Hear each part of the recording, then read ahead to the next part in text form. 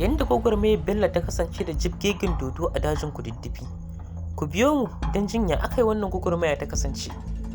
Kar ku manta, idan har kuna so ku ji wannan labari, to ku danna mana subscribe, kana ku taɓa mana alamar ƙararrawa domin samun sababbin shirye-shiryenmu da zarar mun ɗora. Akwai wani ƙauye mai suna Kududdufi, wanda ke cikin dazuka masu duhu da sirrika mabambanta tare da dogayen tsaunuka. Mutanen ƙauyen sun kasance suna tsoron shiga sarƙoƙin dajin da ke bayan ƙauyen, saboda ana cewa wani dodo yana zaune a can, yana cin duk wanda ya kuskure ya kutsa cikin dajin. Kasancewar duk wanda ya shiga cikin dajin, to tabbas ba zai fa dawo da rai ba, sai dai ka ji labarinsa kamar iska ya wuce. Wannan dalilin ne ya sa mutanen ƙauyen suke matuƙar jin tsoron shiga wannan daji, ko da rana haka ko da daddare.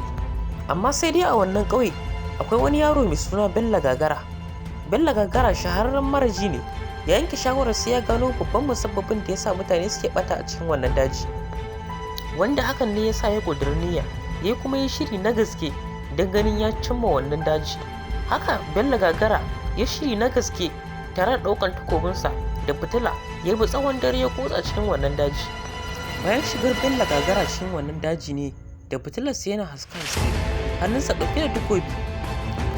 Can wani lokaci kawai sai ya ɗan ji motsi a bayansa, yana juyawa sai ya hangi wata tsohuwa mai siffar dodanni ta laɓe da sauri a bayan wata bishiya.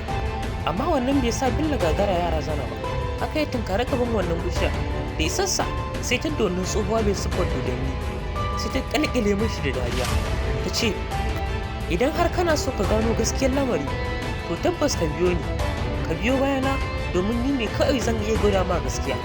Haka Bello Gagara ya bi bayan wannan tsohuwa, tinkis suna tafiya ko tsoro babu. Bayan sun yi wata 'yar dogon tafiya ne sai ya iske su a gaban wata ƙatuwar rijiya, wata tsohuwa wacce ba za ka taɓa kawowa da ita a cikin wannan jeji ba.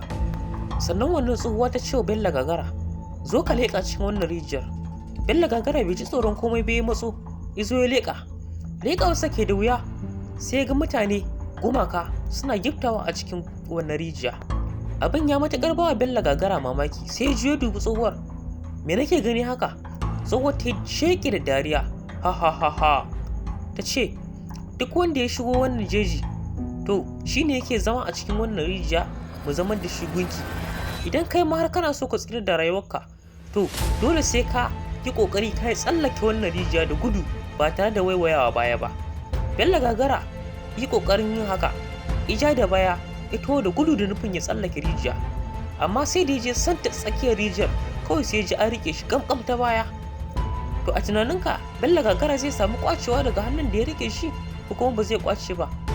Ka rubuta mana abin da kake tunani akan wannan labari, zai ƙwace ko kuma ba zai ƙwace ba? Daga nan sai mu kawo maka ci gaban labarin